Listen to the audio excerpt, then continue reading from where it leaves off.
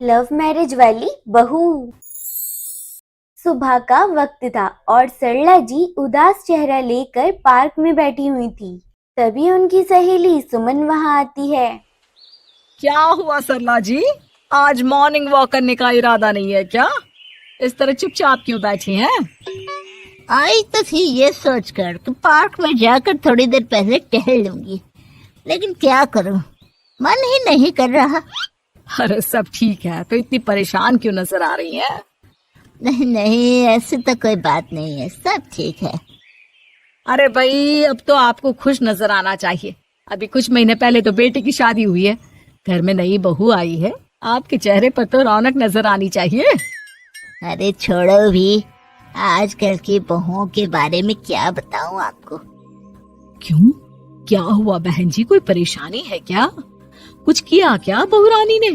अरे भाई, अभी तो शादी को 6 महीने हुए हैं। अब आपसे क्या छुपाना, आप तो जानती है मेरे बेटे ने लव मैरिज की है, और मुझे ना इन लव मैरिज वाले बहुओं पर बिल्कुल भरोसा नहीं। ना जाने कब मेरे बेटे के कान भर दे। अरे लेकिन सरला जी, आपके बहू बेटा तो आपके साथ ही रहते हैं, फिर आपको इस बात का डर क्यों है? पता नहीं क्यों बहन जी, अभी तो मुझे अपनी बेटी दीपाली की भी शादी करनी है। बस इसी बात को सोचकर परेशान रहती हूँ। ये लव मैरिज वाली बहू पता नहीं कितने दिन परिवार में एडजस्ट कर पाएगी। कल को अगर बेटे को लेकर दूसरी जगह चले गई तो क्या होगा? अरे हाँ, याद आया, दीपाली तो दिल्ली में नौकरी करती है ना? हाँ हाँ, बहुत अच्छी नौकरी लगी है उसकी। और आप किसी से कहना मत, अपने ऑफिस में साथ में काम करने वाला कोई लड़का उसे बहुत पसंद है, बता रही थी मुझे। लेकिन अभी तो आप कह रही थी कि आपको लव मैरिज और इन सब में भरोसा नहीं है। अरे तो क्या हुआ, जहाँ बेटी खुश रहे वहीं मैं खुश हूँ।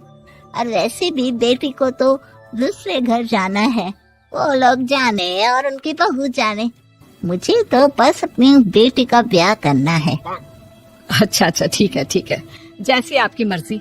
लेकिन मुझे लगता है कि आप अपनी बहू के लिए कुछ ज्यादा ही सोच रही हैं। क्या पता वो वैसी ना हो जैसी आप समझ रही हो।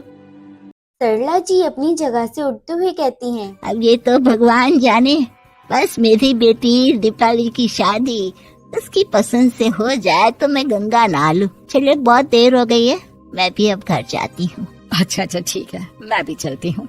अगले दिन सरला जी सोफे पर बैठ चाय की चुस्कियां ले रही थीं। तभी उनकी बहू वहां आती है। मम्मी जी, मैंने एक जगह नौकरी के लिए अप्लाई किया था और वहाँ से सब कुछ पॉजिटिव आया है। मैं भी नौकरी करना चाहती हूँ ताकि घर के खर्चों में थोड़ा हाथ बटा सकूं। अरे बहू, तुम्हें नौकरी करने की क्या जरूरत है? मेरा बेटा अच्छा खासा कमाता है, क्या तुम्हें किसी बात की कोई कमी है? तभी सरला जी का बेटा वहां आता है। नहीं माँ, उसे किसी बात की कमी नहीं है, लेकिन वो इतनी पढ़ी लिखी है और अगर नौकरी करना चाहती है तो हमें उसे नौकरी करने देना चाहिए। कुछ पैसे घर में आएंगे, हम सबकी मदद हो जाएगी।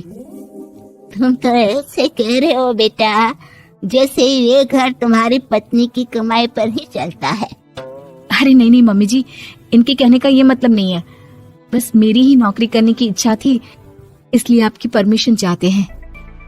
अब भाई, मेरा बेटा तुम्हें लव मैरिज करके घर में लाया है, मैं तुम्हें कुछ कैसे कह सकती हूँ?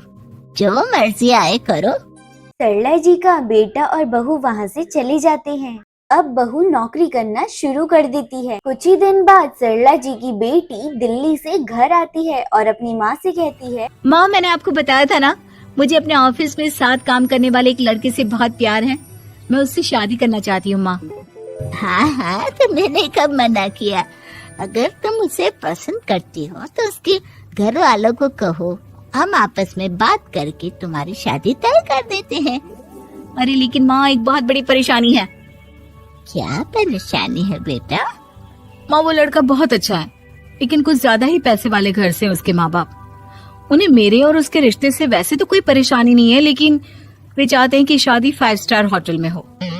अरे ऐसे कैसे, हम तो मिडिल क्लास लोग हैं, हमारे लिए 5 स्टार होटल में शादी करना कोई आसान काम थोड़ी ना है। लेकिन माँ, मैं क्या करूँ? मैंने उनसे बात करने की बहुत कोशिश की, बस एक इसी जगह बात अटक गई है। साफ साफ कह दो बेटा, शादी करनी है तो ठीक है, लेकिन ये 5 स्टार में शादी करने वाली शर्त मैं नहीं मान सकती। अरे कैसी बात कर रही हैं आप मम्मी जी? अगर दीपाली को कोई लड़का पसंद है तो हम उनकी शादी के लिए पूरी कोशिश करेंगे, और अगर बात पैसों की है तो कोई परेशानी नहीं है। हाँ हाँ, तुम्हें तो बस बहुत आसान लगता है सब। जिस तरह तुमने मेरे बेटे से इतनी आसानी से शादी कर ली, सारे काम उतने आसानी से नहीं होते। समझ में आया? हर काम करने में पैसे लगते हैं। लेकिन माँ, मैं उस लड़की को बहुत पसंद करती हूँ।